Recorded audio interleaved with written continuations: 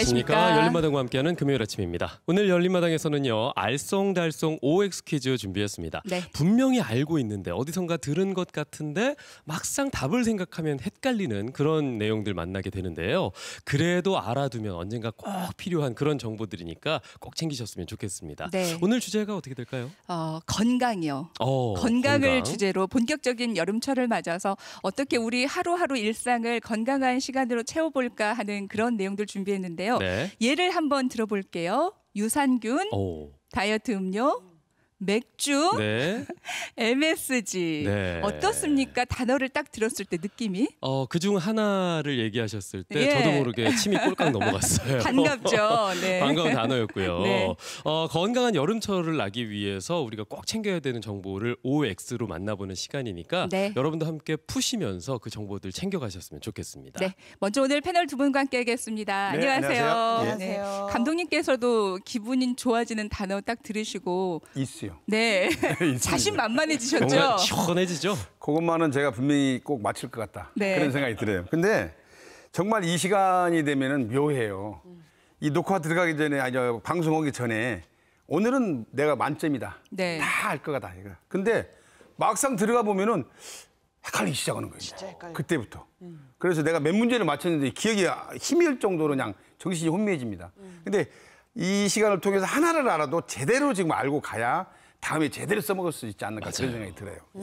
일단 오늘 주제에 마음에 들고요. 주제가. 네. 제가 주부이긴 합니다만은 나이롱 주부예요. 뭐 여름에는 가스불 켜는 거 아니다. 전국 가스불 안 켜기 운동본부 회장입니다만은 가족 건강을 생각하기 때문에 그렇죠. 들었던 잡지식이 엄청 많습니다. 그래서 오늘은 자신 있어요. 저 만점 도전. 네, 저 오늘 만점에 도전합니다. 도전. 자, 도전 한번 해볼까요? 네. 도전! 네. 자, 과연 두 분이 도전을 힘차게 외치셨는데 만점에 성공할 수 있을지 네. 기대해 보겠습니다. 네. 우리의 건강한 여름 나기를 위해서 도움 말씀 주실 전문가 두 분 모셨습니다. 여러분 박수로 맞아주십시오. 네, 어서 오세요. 반갑습니다. 네, 시청자 여러분께 인사 좀 해주시겠습니까? 예. 전남대학교 식품공학과에서 식품 발효와 효소를 전공으로 하고 있는 김영민 교수입니다. 여러분들과 오늘 함께 즐겁고 유익한 시간 만들었으면 좋겠습니다.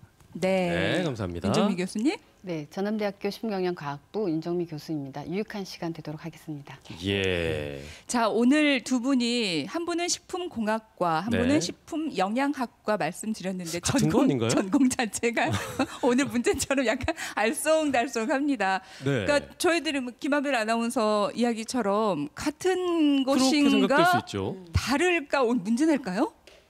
같을까 다를까? 누가 맞추는 거죠?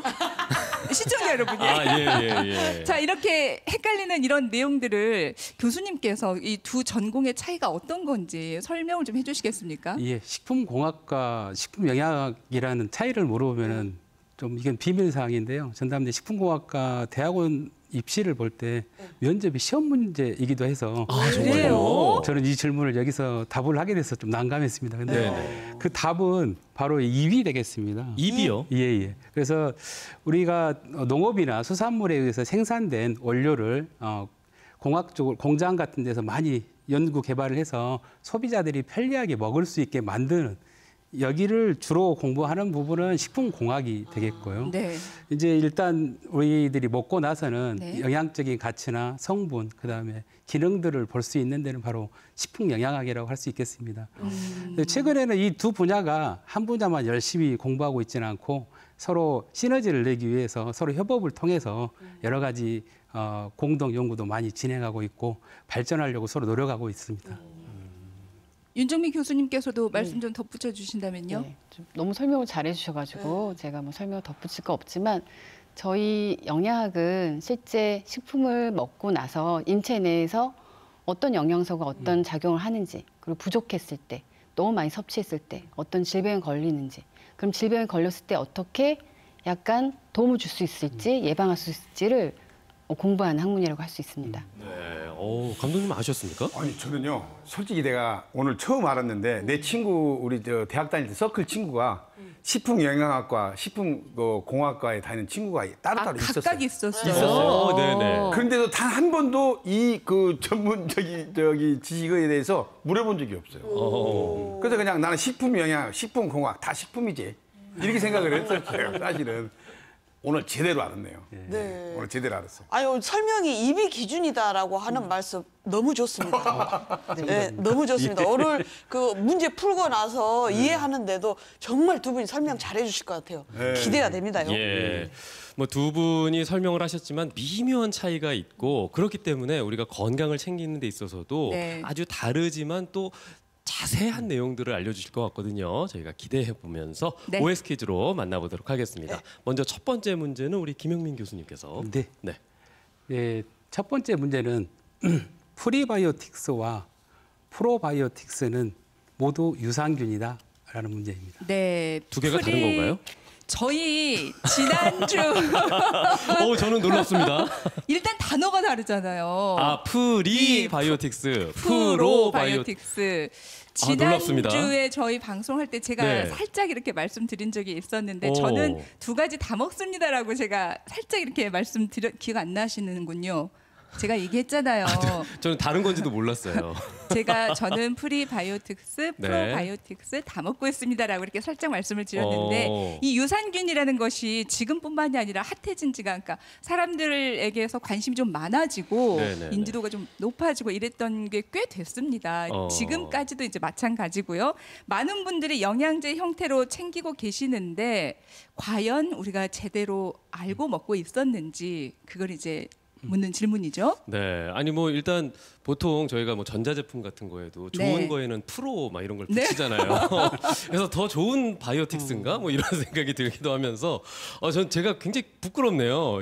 이렇게 무지하다는 거에 지난 시간에도 왜 감독님이랑 감독님, 저 예. 빼고는 다 네. 유산균을 챙겨 드셨잖아요. 네, 그랬죠. 그래서 저는 어렵습니다,만 다른 분들은 좀 자신 있게 맞히시지 않을까라는 네. 생각이 듭니다. 자, 문제 다시 한번 읽어드리겠습니다. 프리바이오틱스와 프로바이오틱스는 모두 유산균이다라고 생각하시면 O, 아니다 X 들어주시면 되겠습니다. 자, 일단 여러분의 의견, 생각 확인해 보도록 하겠습니다. 하나, 둘, 셋.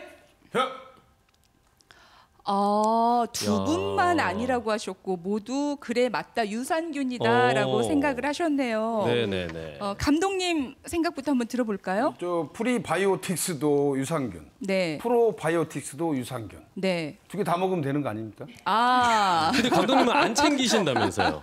근데 제가 솔직히 해서 오늘 방송 나올 때까지만 하더라도 정확하게 이거 다 맞출 줄 알았어요. 프리바이오틱스, 프로바이오틱스. 저는 유산균도 잘 안 먹는데 지난주에 내가 유산균 안 먹었다고 우리 집사람도 혼났거든요. 그래갖고 그때부터 지금 먹기 시작하고 있거든요. 지난주부터요? 네, 그거 안 먹으면 큰일 난다고 먹으라고 하더라고요. 네네. 그래서 이제 먹기 시작했는데 저는 저 다 그 유산균이 아닌가 그런 생각이 들어요. 그럼 뭘 드세요, 감독님? 저는요. 이 노란 봉투에다 이렇게 해서 그냥 입으로 이렇게 침으로 가루로 돼 말려갖고 있는 먹으라고. 거. 예, 그러니까 그게 이제 감독님께서는 그게 프로바이오틱스. 프리바이오틱스인지 프로인지 모르고 드신 거 모르고 아니에요? 먹는 거죠. 그렇죠, 모르고 드셨죠. 근데 두 개 다 아마 제가 볼 때 유산균 같아요. 네. 아내분이 권하셔서 뭔진 모르겠지만 유산균이다 생각하고 드신 거예요. 네. 안 먹으면 혼날 것 같아요. 네. 주로 자, 혼나서 지정남 많이 씨. 드시네요. 저는 다르다. 이제 피 안에도 적혈구, 백혈구가 또 성격이 다르잖아요. 몸에 또 전문적으로 들어가시네. 제가 이제 먹고 있다니까요, 저거를. 진짜로? 합해진 걸 먹고 있는데 다르다고 저는 알고 있어요. 이게 모두 유산균이다 이렇게 할 건 아니고 다른 걸로 알고 있어요. 다르다. 그래요. 자, 그러면은 저희가 아무리 이런 얘기를 해도 네. 정은아 아나운서 왜 네. 저를 보고 왜 웃으시는 거죠? 아니 답변을 말씀하시는데 그 어느 때보다도 눈이 반짝반짝 하셔가지고요. 제가 지금 제 몸에 지금 흡수된 상태라서 굉장히 진지합니다. 그러니까 그렇죠. 결과적으로 흡수된 상황에서는 다 똑같이 유산균이 되는 거예요. 어마마마. 저는 그런 뜻으로 얘기를 하는 거죠, 지금. 어마마마. 저는 촉이 좋아요. 팍팍팍 돌아가잖아요, 이렇게요. 여쭤봅시다. 예. 그래요. 지금 옆에서 교수님께서는 좀 어이없다는 듯한 웃음을 지으셨거든요. 자, 정답 만나보도록 하겠습니다. 예, 정답은요? 정답을 공개하도록 하겠습니다. 정답은 X입니다. X입니다. X. X입니다. 자, 설명을 좀 해주시겠습니까? 간단하게 설명을 드리면요. 유산균은 한 5세대까지 지금 진화를 했는데요. 제 1세대 유산균이라고 하는 게 프로바이오틱스가 되겠습니다. 1세대요. 예, 예. 네. 프로바이오틱스의 개념은 인간에게 도움이 되는 살아있는 균, 그러니까 유익한 균을 말하는 거고요. 거기에 대표적인 미생물이 유산균이 되겠습니다. 유산균을 저희가 먹게 되면은 이 몸 안에서 pH를 낮추는 효과가 있는데요. 이 낮추게 되면은 우리에게 해로운 미생물들은 좀 살기가 어려워지고 유익한 미생물들은 더 살기가 좋아지는 환경으로 바뀌게 됩니다. 그래서 이를 활용한 제품이 프로바이오틱스 제품이 되겠고요. 2세대로는 프리바이오틱스라는 개념이 등장을 했습니다. 유산균만을 막 줬더니 유산균이 잘 살 수 있는 환경도 안 되고 그래서 먹이를 같이 줘야 되겠다. 그래서 유산균의 먹이를 프리바이오틱스 이렇게 부릅니다. 먹이였어요? 예, 예. 그래서 저희들이 가장 잘 알고 있는 그 유산균의 좋은 먹이로는 프락토 올리고당이나 네. 야채에 많이 들어있는 식이섬유들이 이런 좋은 먹잇감이 돼서 야채를 많이 먹어야 되는 이유가 있는 겁니다. 그럼 말씀하셨던 그 먹이라는 게 프리바이오틱스입니다. 예, 예, 맞습니다. 프로바이오틱스 이것만 먹으면 효과가 없는 겁니까? 예, 프로바이오틱스만 먹어도 효과가 있을 것 같고요. 프리바이오틱을 먹어도 우리 몸속에 있는 유익균이나 유산균에 의해서 건강에 도움이 되는 효과가 나타날 거라고 생각이 되어집니다. 그런데 같이 먹는 게 제일 좋다. 예, 예, 이렇게 맞습니다. 생각하면 되겠군요. 예, 예. 네, 조금 전에 지정남 씨께서 저 이거 2개 같이 된 걸로 먹고 있습니다라고 말씀해 네, 네, 주셨어요. 네, 네. 요즘에 이렇게 새로운 형태로 신바이오틱스, 포스트바이오틱스 예, 예. 이러한 형태들도 많이 나오던데 어떤 예, 예. 차이점이 있나요? 이름이 좀 많아서 많이 헷갈리실 것 같은데요. 예. 방금 이야기 주셨던 대로 신바이오틱스는 프로바이오틱스와 프리바이오틱을 같이 먹어야 한다는 개념으로 등장했던 그런 개념이 되고요. 그다음에 이제 포스트바이오틱스는 조금 어려울 것 같은데요. 유산균을 이렇게 발효해갖고 배양을 하다 보니까 유산균만을 얻어서 프로바이오틱스를 만들었더니 그 남아있는 배양액이 있지 않습니까? 이 배양액을 가지고 효능을 검사했더니 네. 뭐 항비만이나 면역 증강에도 도움이 되는 성분들이 많이 포함이 돼 있어서 이걸 제품화한 게 포스트바이오틱스. 그다음에 최근에는 파라바이오틱스라는 개념도 등장을 했습니다. 이 파라바이오틱스는 유산균은 죽어서도 효능을 나타냅니다. 그 유산균의 사균체를 활용해서 이렇게 건강에 유익한 소재를 만드는 개념이 되겠습니다. 이렇게 5가지나 있다 보니까 아마 소비자들은 많이 헷갈리실 거라고 생각이 되어집니다.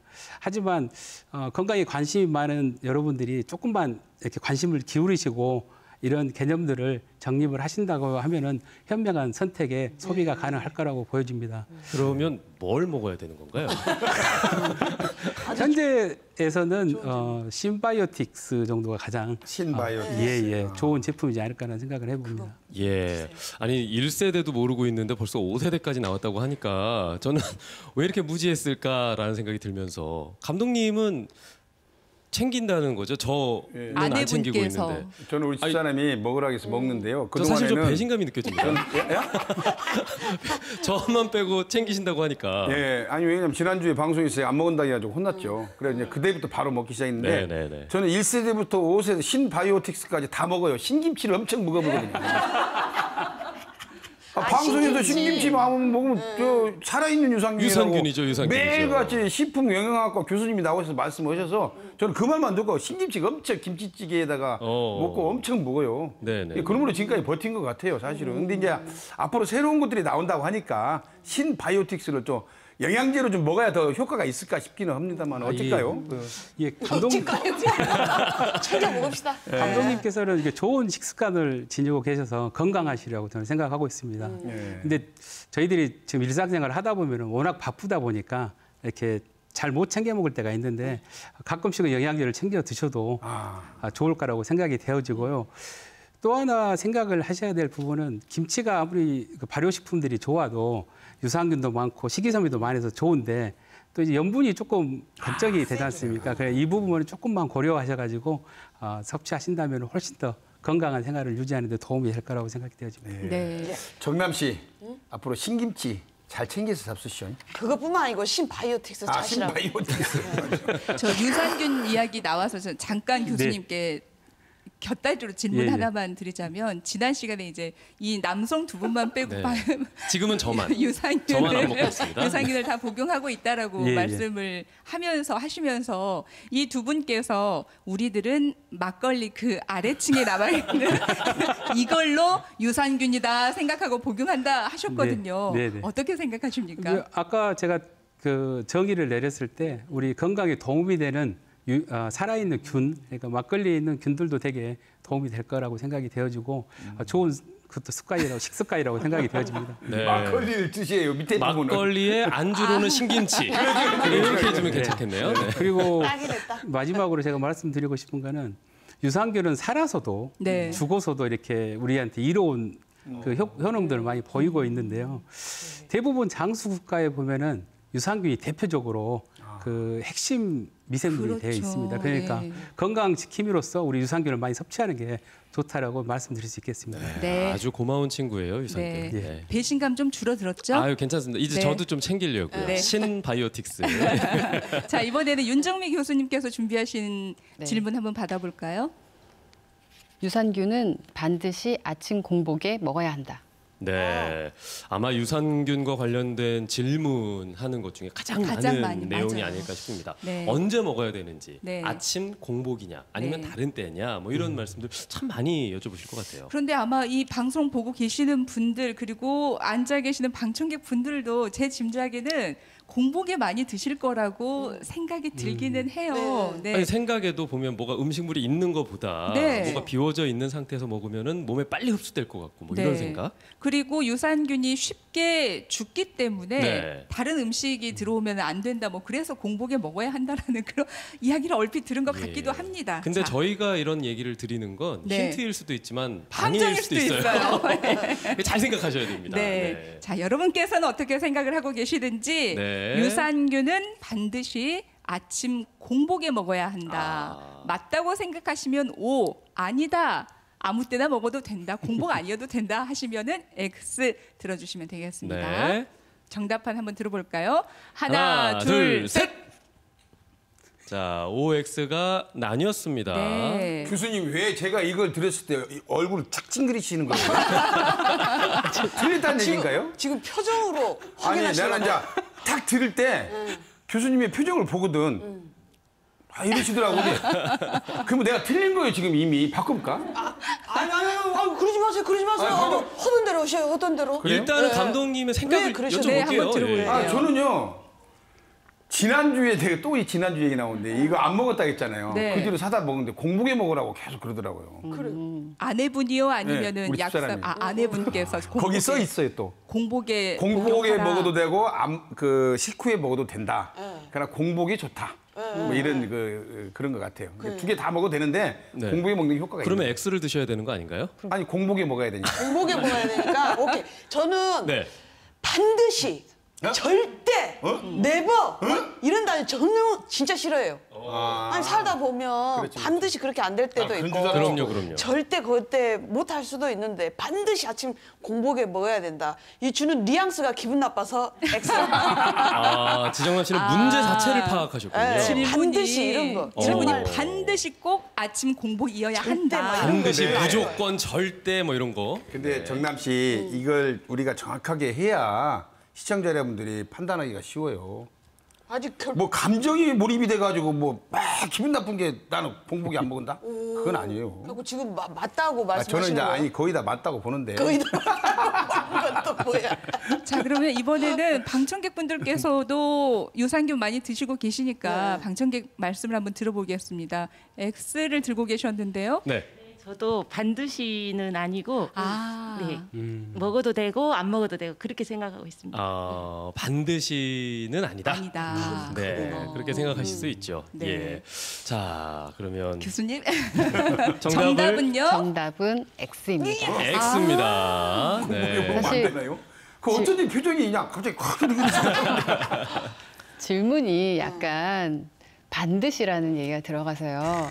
사실 유산균이 그 위산에 의해서 약간 죽을 수 있어요. 이미 나왔던 답이긴 한데요.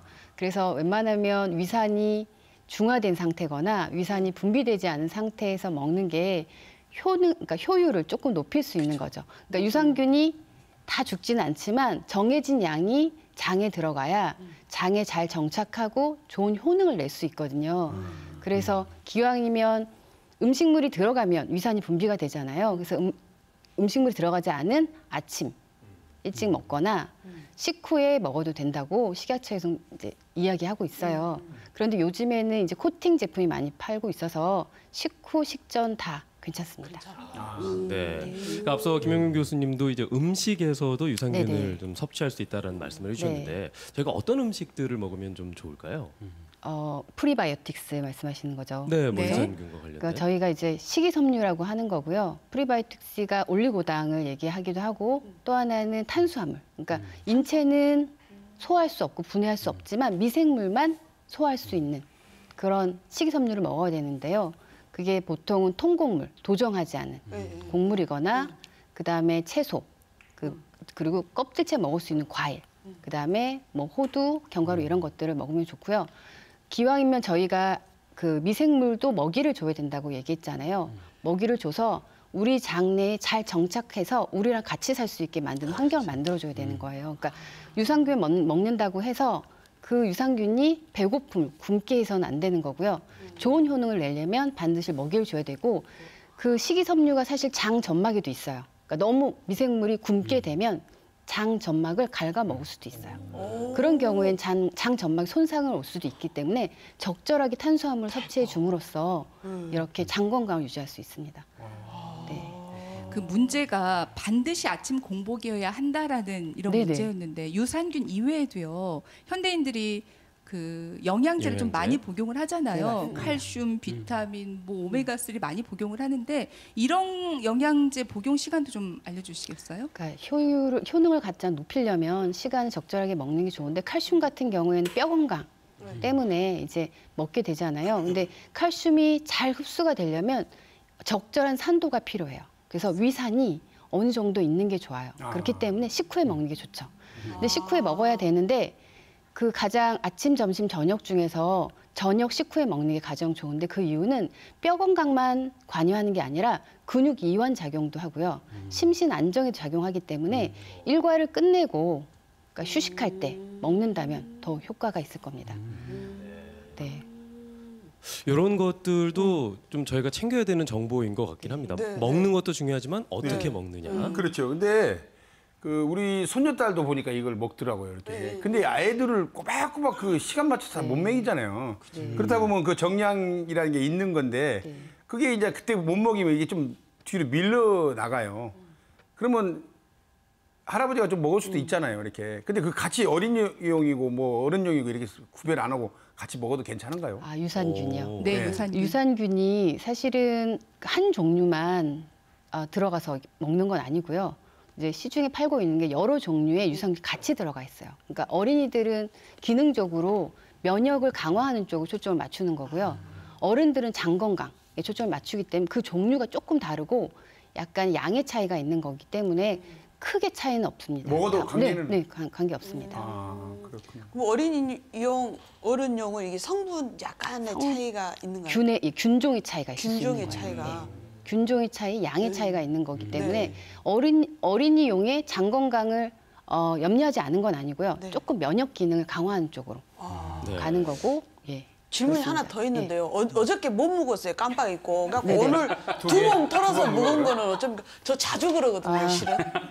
뭐 크게 문제는 없을 것 같고요. 네. 이렇게 몸에 불편함이 없다면 일주일치 하고 있어요. 크게 문제는 일주일치 없죠. 한 번씩 드셔버려요. 그러면 큰일 나요.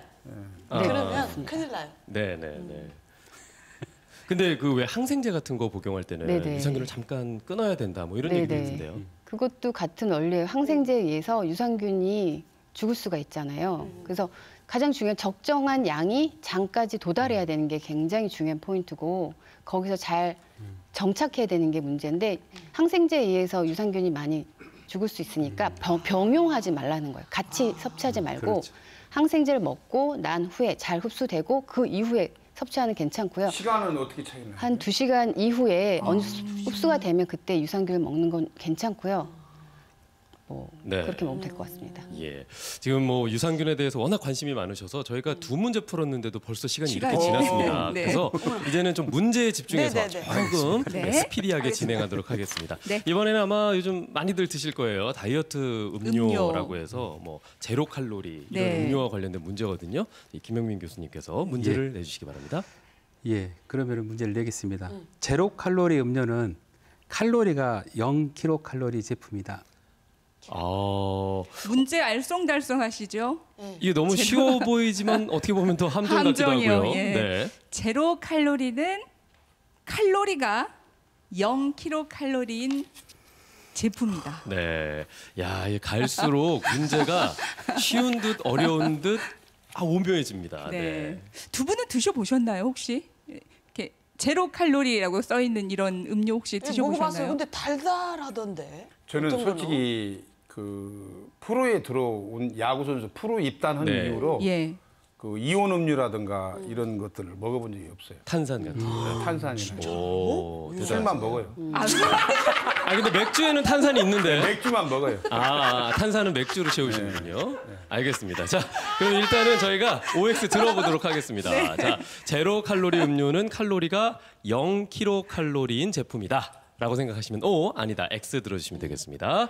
하나, 둘, 셋!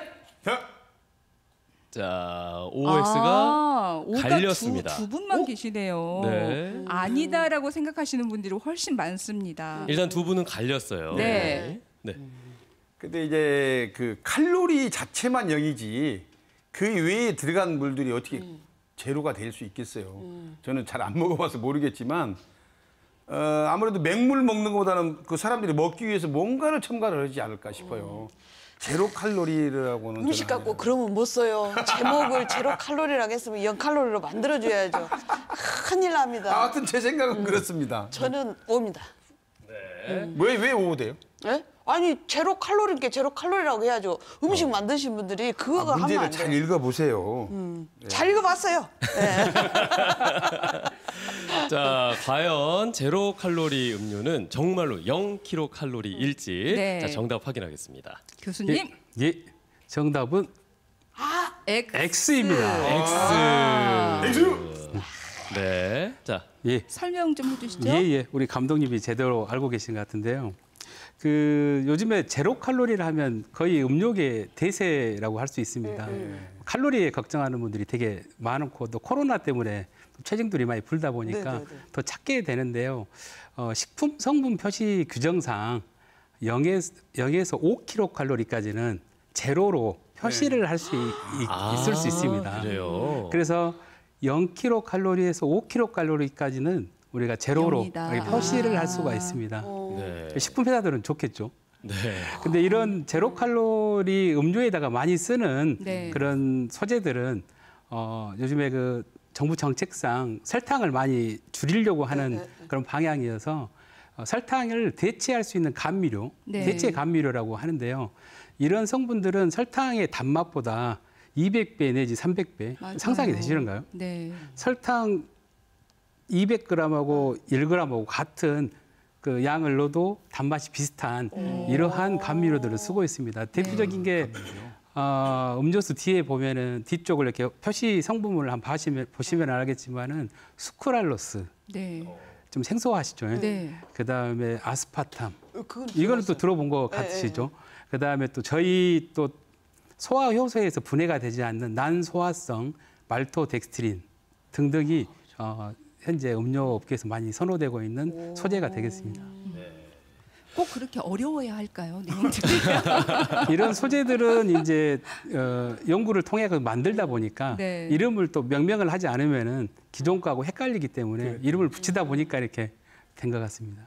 근데 요즘 유행하는 것 중에 왜 스테비아 토마토라고 오. 해서요. 굉장히 네네. 이제 엄청 달콤하죠. 달콤한 네. 토마토가 있는데 이것도 어떻게 보면 좀 당과 연관이 있지 않을까 싶어요. 예, 맞습니다. 이 스테비아라고 하는 식물은 천연의 감미료인데요. 핵심 성분이 또 어려운 단어가 나오는데요. 스테비오사이드라고 하는 성분이 있습니다. 기대를 저버리지 않고 어렵군요. 어렵습니다. 예. 네네. 예. 근데 이제 스테비오사이드는 설탕이 한 300배 정도 달거든요. 네. 예. 그러니까 설탕을 300g을 써서 단맛을 낸 맛하고 1g을 써서 스테비오사이드 1g을 써서 이렇게 단맛이 비슷해지는 거죠. 그러니까 칼로리가 없는 게 아니고 워낙 적은 양을 사용하다 보니까 네. 칼로리가 낮게 되는 그런 효과를 얻을 수 있습니다. 섭섭하네. 근데요, 교수님, 그 스테비아?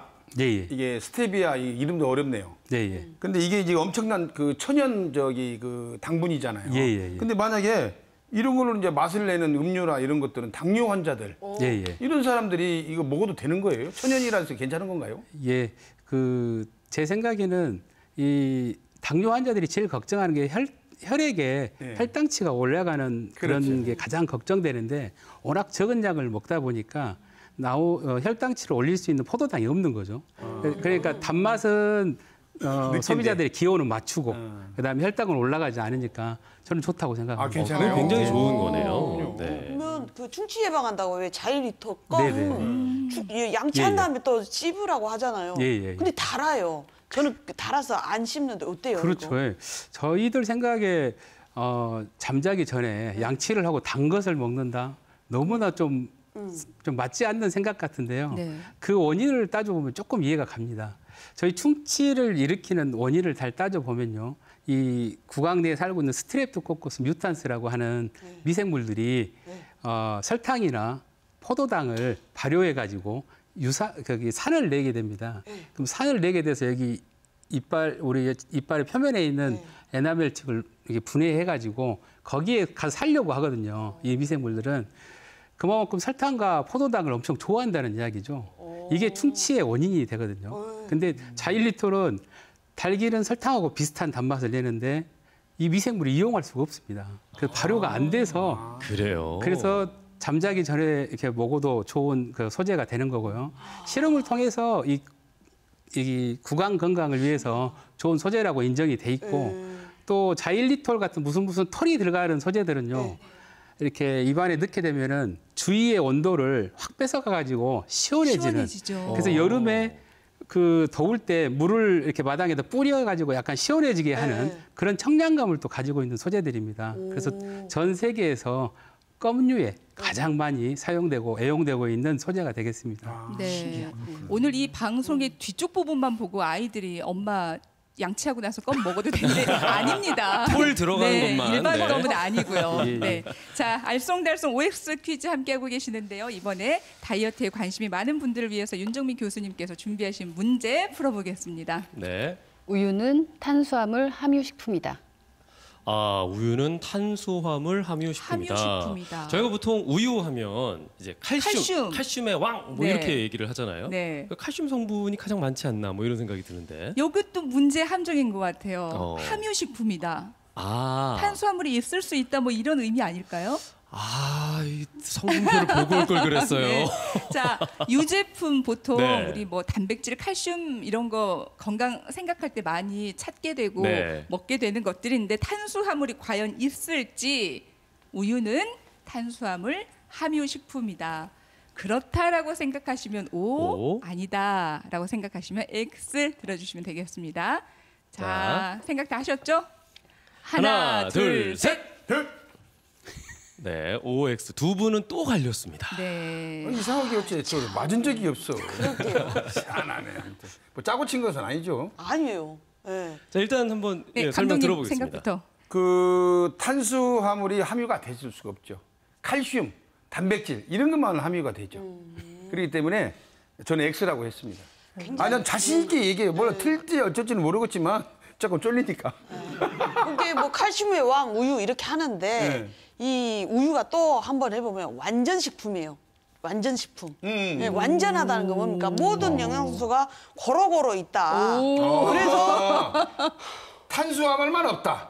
아니죠. 함유되어 있다. 함유되어 없다. 있다. 네. 없다. 전 자신합니다. 이번 문제. 하여튼 해봐요. 네. 자, 두 분 다 아주 자신 있게 X와 O를 각각 드셨습니다. 자, 정답 확인해 볼까요? 정답은 O입니다. 함유식품이다. 네. 이제 아까 김성환 선생님께서 말씀하셨듯이 그 칼슘 단백질이 다량 함유된 식품 맞고요. 근데 이제 유당 불내증이라고 들어보셨죠? 그 유당이 탄수화물입니다. 그래서 포도당과 갈락토스가 결합된 이당류라고 할 수 있고요. 우리나라 사람들은 이 유당을 잘 분해를 하지 못해요. 그 포도당을 이용하지 못해서 유당 불내증 환자도 굉장히 많이 있고요. 보통 이렇게 더부룩하고 배탈 난다고 예, 하시는 배탈 많이 분들. 오는 뭐 이런 것도 유당 불내증이라 하기 때문에 예, 탄수화물이 있습니다. 아, 생각했어요. 근데 이제 탄수화물이 있지만 우리가 또 음식을 섭취할 때 이게 3대 영양소라고 해서 네. 탄수화물을 아예 안 섭취할 수는 없는 거잖아요. 네. 되도록이면 좀 좋은 탄수화물을 섭취해야 될 텐데 좋은 탄수화물과 나쁜 탄수화물을 구분하는 방법이나 아니면 음식 같은 그런 것들이 좀 있을까요? 우선 탄수화물이라는 것이 굉장히 이미지가 굉장히 안 좋잖아요. 탄수화물 어떻게 하면 적게 먹을까 하는데 우리가 탄수화물 생각하면 밥, 뭐 그 감자, 뭐 설탕 이렇게 생각하잖아요. 이것을 다 통칭을 한 게 탄수화물이에요. 기본적으로 당질이라는 것과 식이섬유가 있어야 탄수화물이라고 부를 수 있거든요. 그래서 우리는 탄수화물을 우리 식사의 50%는 탄수화물 섭취를 해야만 합니다. 50%. 그래서 예, 탄수화물 섭취하지 않으면 우리가 보통 두뇌나 그 적혈구는 무조건 에너지원을 포도당을 사용하게 되는데 포도당은 탄수화물에서만 얻을 수 있는 거예요. 그래서 우리가 탄수화물 적게 먹게 되면 우리 몸의 면역 능력을 키워야 하는 단백질이 그 일을 담당하게 돼요. 그래서 결국에는 몸이 산성화되기도 하고 그다음에 인지 기능이 또 저하되기도 하고 그렇기 때문에 최대한 포도당으로 최소 100g 먹어주라고 하거든요. 근데 그 양이 결국에는 우리가 먹는 음식의 반 이상은 탄수화물 먹어야 된다는 거고요. 네, 탄수화물은 대개는 이제 좋은 탄수화물은 우리가 통곡, 그러니까 도정하지 않는 통곡물. 통곡물, 네, 예, 네. 그러니까 천천히 흡수되는 거, 네. 천천히 소화돼서 몸 안에 들어가고 인슐린 천천히 분비되는 것. 보통 이게 GI가 낮다라는 표현을 쓰거든요.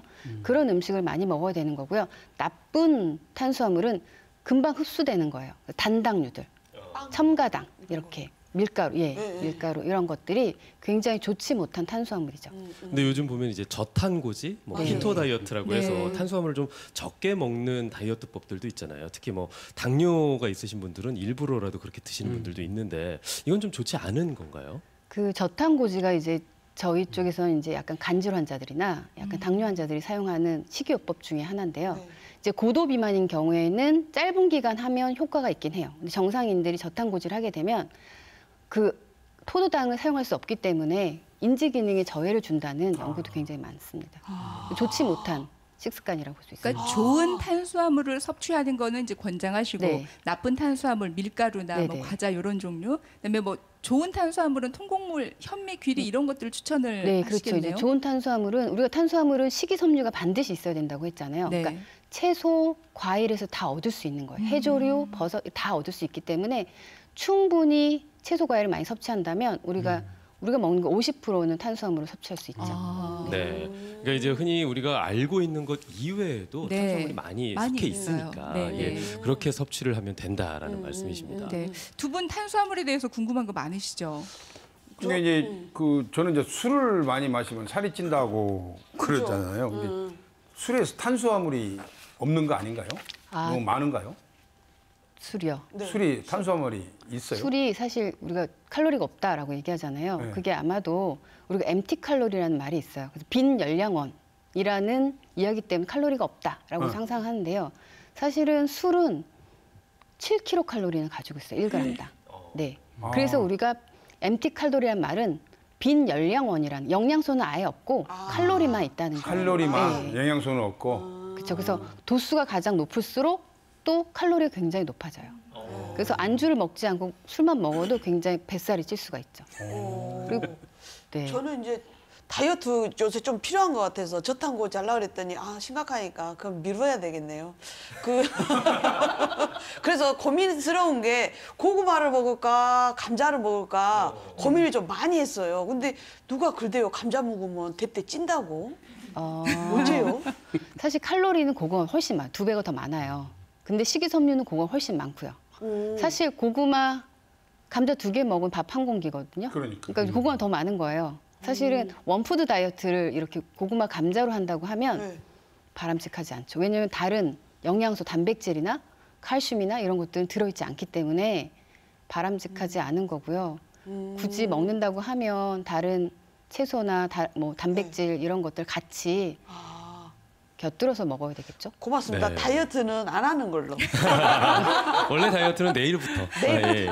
아니 근데 저는 궁금한 게 우리 김영민 교수님도 혹시 다이어트 같은 걸 하시는지 뭔가 하신다면은 더 체계적으로 하실 것 같은데. 아주 큰 관심사입니다. 저희 인생의 숙제이기도 한데요. 그래서 방금 교수님께서 설명해 주신 대로 칼로리만 되는 이런 칼로리만 올라가는 탄수화물을 줄이는 전략으로 하려고 하는데 워낙 식욕이 좋다 보니까 아무리 아는 것이 많아도 제가 실천력이 좀 딸립니다. 그래서 지금 현재를 유지하고 있는 것 같고요. 그래서 지금 올해도 새해 시작할 때 다이어트를 목표로 했지만은 지금까지 스코어를 보면 거의 완벽한 대실패라고 생각할 수 있습니다. 네네. 네. 시청자 여러분도 죄송합니다. 예, 힘내셔도 될 것 같습니다. 식품공학과 전문적인 교수님도 교수님도 어려워하십니다. 다이어트는 맞습니다. 어려운 겁니다. 네. 네. 아무리 머릿속으로 우리 교수님하고요. 네. 저하고 성향이 좀 비슷한 것 같아요. 왜냐면 저도 이제 아는 것이 많아서 이거 먹으면 안 되고 이거 먹으면 안 되고 술도 안 되고 뭣도 안 되고 그런데 실천력이 부족해요. 예.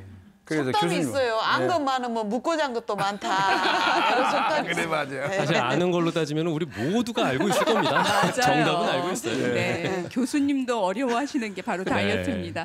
자, 이번에 또 교수님께서 준비해 주신 문제가 이 두 분이 굉장히 좋아하실 것 같은 문제인데요. 내주시죠. 네네. 기다렸습니다. 맥주는 네. 유통기한이 있다. 맥주는 유통기한이 유통기한이 있다. 있으면 소비자들한테 더 나쁜 건가요? 유통기한이 있다라고 생각하면 어때요? 글쎄요, 그 전까지 빨리 마셔야 되니까? 남겨놔 본 적이 없어서. 바로 아니 저는 있긴 있을 것 같아요. 음. 예, 있긴 있을 것 같은데 또 문제상에 이런 게 나왔다면 네. 없지 않을까? 지금 되게 헷갈립니다. 그래서 일단 못 정하겠어요. 저희들이 저는. 알고 있는 것 중에서 막걸리는 네. 쉽게 상하니까 유통기한이 있다라고 그렇죠, 저는 그렇죠. 알고 있거든요. 네. 근데 이제 대형 마트 가보면 맥주 여름철 되면 맞아요. 캠핑 가시는 분들, 휴가 가시는 분들 위해서 이렇게 많이 쌓아두고 판매를 하는데 네. 자, 애주가님들께서는 어떻게 생각하고 아니, 계시는지. 그리고 특히 맥주를요 미지근하게 안 먹으니까 항상 시원하게 그렇죠. 유지하잖아요. 네. 그래서 괜찮지 않을까 이런 생각도 들고요. 네. 네, 들어서. 그게 맞는지 한번 살펴보겠습니다. 네네네. 자, 자, 일단- 맥주는 유통기한이 있다라고 생각하시면 O, 아니다, 유통기한 없다라고 생각하시면 X 들어주시면 되겠습니다. 네. 하나, 둘, 셋. 네, 두 분은 또 갈렸습니다. 네. 술 드실 줄 아세요? 아따. 술 드실 줄 아시냐고. 아, 먹죠. 근데 유통기한 뭐 넘기기 전에 다 먹어불죠. 근데 저 진짜 진심으로 네. 지금 진지한데요. 네. 제가 아는 지식으로는 제가 잡지식이 많다 그랬잖아요. 꿀은 유통기한이 없어요. 꿀 같은 경우에. 아 정말요? 예, 세상에 오. 나온 음식 중에. 근데 맥주 이런 거는 다 있겠죠. 있겠지요가 아니라 없다니까. 왠지 여쭤봐도 됩니까? 아니 요즘에는 막걸리 같은 경우는 아까 말씀하셨듯이 이 뚜껑이나 이런 것들이 이제 그 발효시키고 상하니까요. 뭐 상할 네. 수도 있고 근데 이거는 한번 밀폐되면은 네. 오랫동안 지속이 되니까 네. 감독님, 본인이 유통기한을 한 번도 확인한 적이 없다라고 해서 없는 게 아니에요. 사실은 그 말은 맞아요. 언제 유통기한 이거 보고 먹어요. 그냥 대충 먹어보죠 다.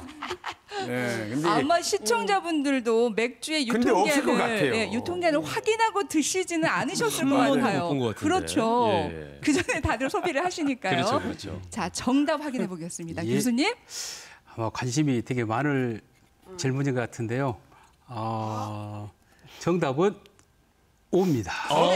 있어요. 유통기한이 있어요. 있다. 네네. 네, 예. 있다. 맥주의 유통기한은 우리 병이나 캔 같은 종류는 1년. 1년. 예. 그리고 우리가 큰 병으로 먹는 그 페트병으로 돼 있는 거는 6개월.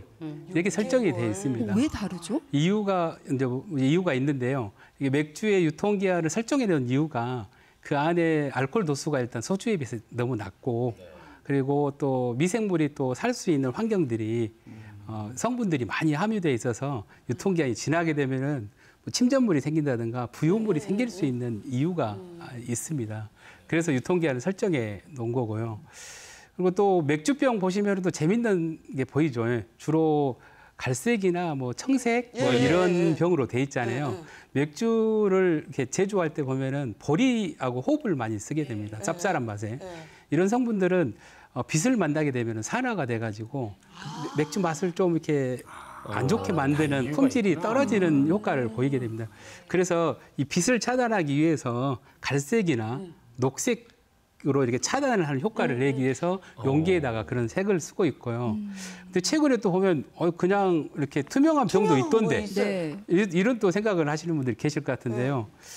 그런 제품에는 가장 산화가 잘 되는 게 호흡인데요. 호흡에서 그 산화가 잘 되는 성분을 제거하고 그냥 안 되는 것만 해가지고 품질 저하가 안 되게끔 만든 제품들이 지금 시중에 판매되고 있습니다. 그럼 혹시 제가 질문을 드리겠는데 소주는 유통기한이 있겠습니까, 없겠습니까? 그 질문을 드리려고 했는데 저희한테 주시네요. 소주. 네. 소주도 있죠.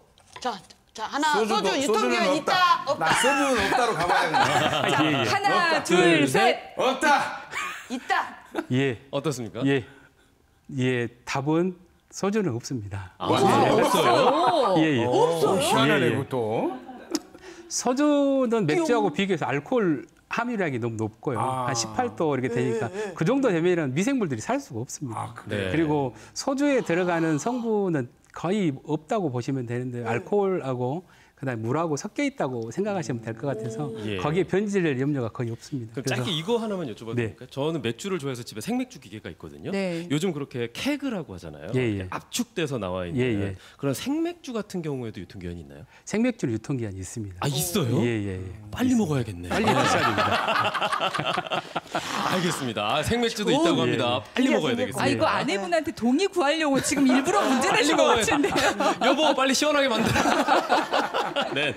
자 다음 문제 만나보겠습니다. 예, 예. 윤정미 교수님. 네. 두부를 얼려서 먹으면 단백질 흡수율이 높아진다. 네. 어디에선가 들어보았습니다. 예, 예. 두부를 얼리면 단백질 함유율이, 흡수율이 또 영양가가 많이 높아진다 그런 얘기를 들어보았습니다. 네, 사실인지 자. 아닌지는 알려드릴 수는 없고요. 그렇죠. 그러니까 네. 들어는 봤다라지만 네. 이게 맞는 건지 아닌지는 확신 못해요 저희도. 그렇죠. 네. 자 여러분의 생각이 궁금합니다. 네. 두부를 얼려 먹으면 단백질 흡수율이 높아진다. 높아진다라고 생각하시면 O 아니다 X 들어주시면 되겠습니다. 하나, 둘, 셋. 야 두부는 정말 마치 짠 것처럼 다르네요. 이상하네요. 진짜 희한해요. 예.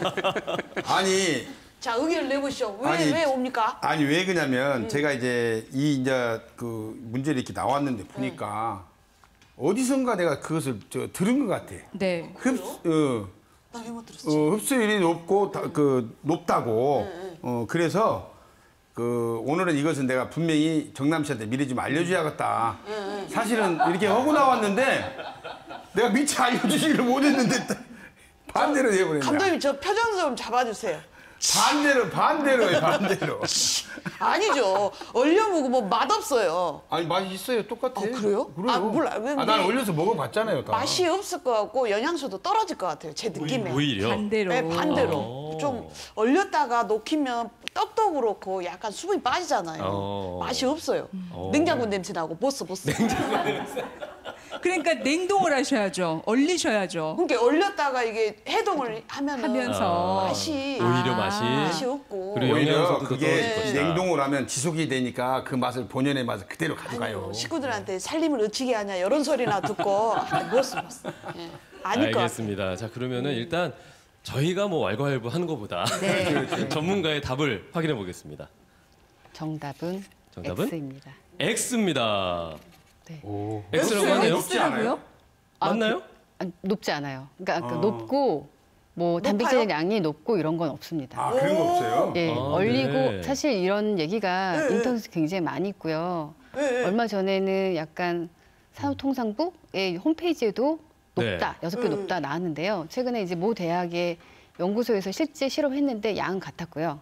실제 한모에 들어있는 어떤 프로테인 양에는 큰 차이가 없어요. 그러니까 수분이 날아가서 중량당 높아 보이는 거 그렇지. 착각을 일으키는 건데요. 실제 그 실험도 했을 때도 큰 차이 없었다고 해요. 네네네. 그래서 말씀하셨던 맛이 없어요. 그래요? 네, 맛이 없어요. 기호도 좀 떨어지고요. 신선한 생두부를 먹는 게 좋고요. 사실 두부는 굉장히 좋은 그 단백질 식품이에요. 그러니까 한 모당 30g 정도의 단백질이 있는데요. 우리가 하루에 70g, 55에서 한 70g 정도를 먹을 수 있어요. 55에서 70g이란 이유는 여성과 남성의 차이인 거예요. 그러니까 70g 먹으려고 하면 사실은 우리가 두부 한 모에 30g 정도 있거든요. 굉장히 많이 섭취할 수 있는 고구번이 되는 거고요. 그다음에 우리가 계란 같은 경우에도 한 개당 보통 요새 사이즈가 크니까 한 개당 10g 정도가 있어요. 이런 식으로 단백질 섭취할 수 있으면 좋죠. 네. 자, 저희가 뭐 정말 헷갈리는 거지만 네. 이 문제를 통해서 알게 되죠. 네. 그럼 문제를 좀 더 많이 풀면 좋을 것 같아서 네. 바로 김혜민 다음 교수 문제. 문제로 네. 넘어가겠습니다. 예. MSG는 인공 조미료이다. 라는 게 아. 문제입니다. MSG는 MSG, 인공조미료. 인공조미료다. MSG가 맛있지의 줄임말이죠. 넣으면 맛있잖아요. 네, 예. 그렇죠. 맛있는 거. 근데 이 또 MSG에 대한 의견들이 한참 또 분분했었거든요. 네네네. 괜찮다, 아니다 이런 이야기들이 있었는데 문제 자체가 인공 조미료다라고 네. 말씀을 하셨으니 그럼 그게 아니다라고 생각을 하신다면 그럼 이건 천연 조미료인가? 어허. 그런 생각이 들 수도 있고요. 네, 저는 그냥 맛있다라고만 알고 있는데 자 과연 어떻게 생각하시는지 네. 여쭤보겠습니다. MSG는 인공조미료다라고 생각하시면 O, 아니다 X 들어주시면 되겠습니다. 하나, 둘, 셋. 와, 야, 한 분만 드디어 빼고 두 분의 다. 의견이 일치가 됐습니다. 뭔 일이다요? 아, 인공 예. 조미료. 자, 유일하게 그러면 아니다라고 생각하시는 야. 방청객 어머님, 네. 의견을 한번 들어보도록 먼저 하겠습니다. 들어보겠습니다. 네. 자, 예, X를 드셨어요. 아니 천연조미료라고 선전할 때 이렇게 선전하잖아요. 아, 예. 광고에서 광고에서 천연조미료라고 이렇게 하잖아요. 아, 천연 조미료다라고 하는 광고를 보셨어요. 보셨다. 그래서 네. 인공 조미료가 아니고 천연 조미료다라고 네. 하셨고요. 요식업계에 꽤 오래 계셨던 감독님 의견 한번 들어볼까요? 예, 이것은 천연 조미료는 절대 아니고요. 네. 그 우리 입맛에 딱 맞게 적당 정량을 잘 조리해가지고 넣어서 그 맛을 내는 조미료가 MSG다. 이렇게 정의를 내릴 수가 있을 것 같습니다. 맛있겠지. 이렇게 넣으면서 맛있겠지. 맛있겠지 하니까 네. 인공 조미료 맞죠. 맞아요. 그래요. 막장. 네. 자, 확인해 볼까요? 예. 오늘 우리 지정단 선생님과 김성환 선생님이 답을 이렇게 맞히신 듯한데요. MSG는 정확하게 말씀드리면 인공 조미료가 아닙니다. 진짜요? 와, 유일하게 맞춰주셨네요. 충격받았어. 아닙니다. 아 진짜요? 예, 네, 예. 설명해 주시겠습니까? 예. 아 이거 진짜 정확하게 해주셔야 돼요. 큰일 났네 이거. 예, MSG는 모노소디움 글루타메이트라고 하는 글루탐산의 아미노산의 일종의 글루탐산의 약자입니다. 그거를 MSG라고 하고요. 우리의 혀에는 이런 그 MSG를 감지해서 이게 닿게 되면은 맛있다. 감칠맛이 느껴지는 수용체들이 있습니다. 그래서 이제 우리가 된장이나 고추장 같이 이렇게 발효식품 만들듯이 어떻게 만들고 MSG를 만드는 과정을 보시면 인공인지 이렇게 보이시게 될 것 같은데요. 사탕수수를 착즙을 하게 되면 설탕물이 되겠죠. 여기 미생물을 발효해서 얻어지는 글루탐산을 그 결정화를 하기 위해서 소디움 분자를 붙입니다. 이렇게 나트륨을 붙여가지고 하면 결정화된 MSG가 만들어집니다. 그러니까 저희가 좀 잘못 알고 있는데 인공 감미료가 아니고 우리 발효식품 같이 발효식품 소재이고 그렇게 우리가 발효 조미료라고 할 수 있겠습니다. 발효 조미료. 예. 그렇다면 그렇군요. 평소에 그 MSG에서 논란이 있었을 때 MSG를 싫어하고 예. 나쁘다라고 예. 이것은 화학 성분이기 때문에 좋지 않다라고 했던 것도 그냥 생각인 것뿐이네요. 예, 아마 제가 그 생각을 좀 해봤는데요. 아마 그 결정화된 형태, 이게 식품에서는 이 결정화라고 하는 게 상당히 중요한 부분인데요. 결정화가 되려면은 성분이 상당히 단일 성분만 있어야지 결정화가 되고요. 결정화가 된 식품 소재들은 보관이 상당히 용이하고 오래 갑니다. 그리고 우리가 조금만 뜨고 싶을 때도 이렇게 소량으로 이렇게 정량이 가능하기 때문에 되게 유리한 장점을 갖고 있습니다. 이러한 소재들을 봐보면은 소금, 설탕, MSG. 근데 아마 이 모양을 봐보면은 MSG가 가장 화학 성분 같이 생겼습니다. 네. 그렇죠. 그래서 아마 사람들만 인물을 가리는 게 아니고 아마 이런 화학 성분들의 결정체들도 좀 그 차별화가 있는 것 같습니다. 눈이 높네요. 이제 저 같은 경우는 MSG 자체를 쓰지 않고 새우, 버섯, 멸치 이거 막 갈아가지고 이렇게 그래서 넣고서 먹거든요. 예, 예. 근데 이거 굳이 필요할 필요가 없네요. 그러니까 감칠맛만 생각한다면은 네. 충분히 그럴 가능성이 높고요. 충분히 그런 이야기가 되고요. 그다음에 MSG는 상당히 많은 양을 쓰셔도 식품에 안전하다는 그 보고들이 논문이나 이런 보고서에서 다 제출되고 있습니다. 예. 네. 아유, 속이 시원합니다. 헷갈리는 부분 완벽하게 알았어요. 오늘 제대로 네. 알았네요. 자, 다음 문제 바로 넘어가겠습니다. 예, 예. 임종민 교수님. 허브티로 수분 섭취를 하는 것도 식중독 예방에 도움이 된다. 아, 문제가 어렵네요. 허브티로 수분 섭취를 하는 것도 식중독 예방에 도움이 된다. 여름철에 수분 섭취가 굉장히 중요한데 그렇죠. 이 부분도 한번 좀 알아봐야 되겠습니다. 네. 자, O라고 생각하시면 O를 들어주시고요. 아니다. 식중독 예방에 도움이 안 된다. X 들어주시면 되겠습니다. 자, 바로 여쭤볼게요. 하나, 둘, 셋. 문제가 어려웠어요. 예. 역시나 답이 거의 이렇게 절반 상태로 갈렸는데요. 네. 두 분은 같은 답을 드셨습니다. 예. 예, 식중독 예방에 도움이 될까요? 이 허브가 가지고 있는 성분이 네. 식중독을 예방할 수 있는 그런 성분들이 충분히 있을 것 같아요. 같아요. 네네, 느낌입니다. 네, 느낌으로 같아요. 예, 뭐 제가 예. 성분을 어떻게 알겠어요? 그래요. 근데 허브를 넣으면 절대 식중독 안 걸릴 것 같아요. 저는 그냥 매실 그 액기스 생각했어요. 네. 이런 것도 허브에 들어간가요? 하여튼 잘 모르겠는데 매실은 허브는 아니다. 어쨌든 간에 맞아요. 열매인데 매실 어쨌든 추출물을 그거? 생각하시면서 네. 네. 식중독 예방 될 것 같다. 저도 추천. 역시나 느낌입니다. 자, 과연? 허브티가 네. 허브티로 수분 섭취를 하는 것이 여름철 식중독 식중독 예방에 정말 도움이 될 것인지 정답 알려주시죠. 정답은 O입니다. 이거는 저희가 알아두면 너무너무 도움될 네. 만한 내용이네요. 사실 여름철에는 식중독이 많이 발생하잖아요. 네. 그러니까 식품 재료를 손질하고 보관하면서 많이 생기는데요.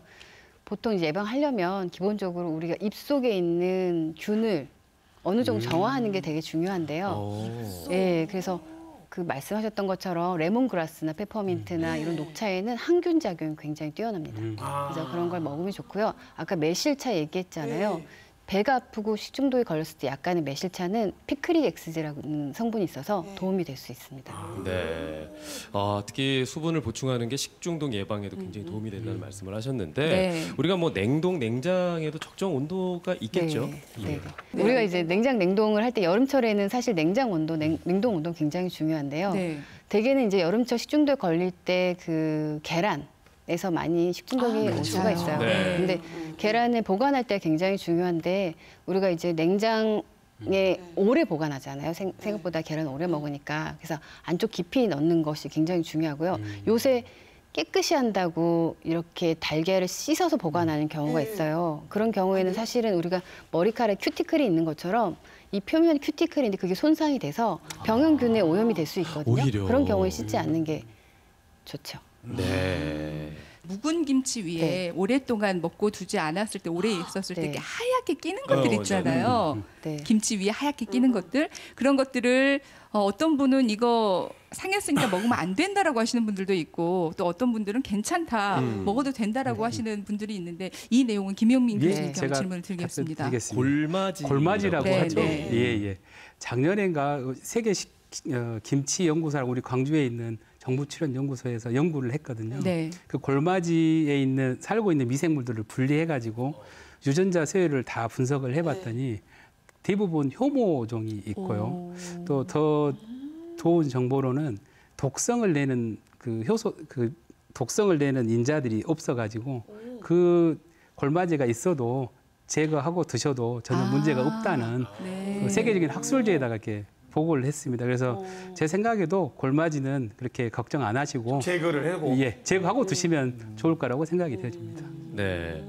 그러면 저도 간단하게 뭐 질문 드리면 냉동식품 같은 경우에 이런 거 뭐 씻어 먹거나 해도 괜찮은 건지. 김정민 교수님이. 예. 그 보통 블루베리 같은 것을 예를 들면 얼려 먹으면 영양가가 높아진다라는 얘기 많이 하잖아요. 사실 블루베리 안토시아닌이라는 보라색 색소가 네. 항산이 굉장히 좋아요. 근데 그런 것들은 빠른 시간에 먹는 게 좋은데 오히려 얼리게 되면 이것도 수분이 날아가면서 안토시아닌 농축될 수 있어서 훨씬 좋다고 하고요. 이걸 보통은 냉동된 상태를 씻어 먹어야 될지 그냥 먹어야 될지 걱정이 많으시잖아요. 보통 이제 뒷면에 표기가 돼 있어. 얼려 씻어서 먹어야 된다. 아니면 그냥 먹어도 된다. 아니면 써 있지 않으면 반드시 씻어 먹는 게. 씻어 먹게 되면 안토시아닌이 많이 빠져나오기 때문에 흐르는 물에 잠깐만 이렇게 해야 왜냐면 이게 유통 과정 중에 얼렸다 녹으면서 약간 균이 발생할 수 있기 때문에 씻는 거 좋습니다. 예. 자, 알쏭달쏭 OX 퀴즈를 통해서 여름철 건강 상식들 저희가 만나봤는데 두 분은 오늘 시간 어떠셨는지 궁금합니다. 예, 오늘 우리 여기 패널들과 우리 두 선생님들과 함께 저는 오늘 오기 전에 현장 전문가들한테 시험 보러 오는 그런 마음으로 왔습니다. 그래서 오늘 시험을 치러봤는데요. 오늘 또 옆에 함께해 주신 윤정미 교수님께서 너무나도 좋은 정보들 많이 주셔가지고 공부 많이 하고 갑니다. 초대해 주셔서 정말 감사합니다. 아이고 감사합니다. 윤정미 교수님은 어떠셨어요? 저요. 이렇게 이제 전 학생들하고 소통하다 보다가 이렇게 소통을 하게 되니까 굉장히 유익했고요. 조금 더 많이 공부해가지고 와야겠다 그런 생각했습니다. 오늘 두 분 많이 배우셨죠? 예. 아니 사실 이 관련해서는 저희들이 전문 지식이 전혀 없거든요. 그런데 이제 오늘 이 두 교수님들 나오셔서 이렇게 소상하게 설명해 주시니까 일반 생활하는데 큰 도움이 좀 되는 것 같아요.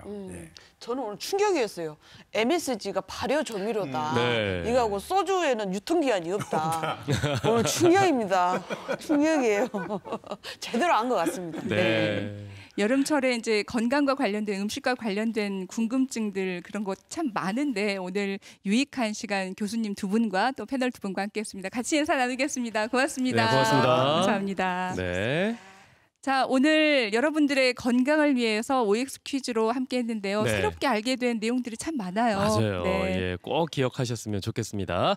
자, 저희가 준비한 소식 여기까지입니다. 저희는 다음 시간에 다시 찾아오겠습니다. 여러분 고맙습니다. 고맙습니다.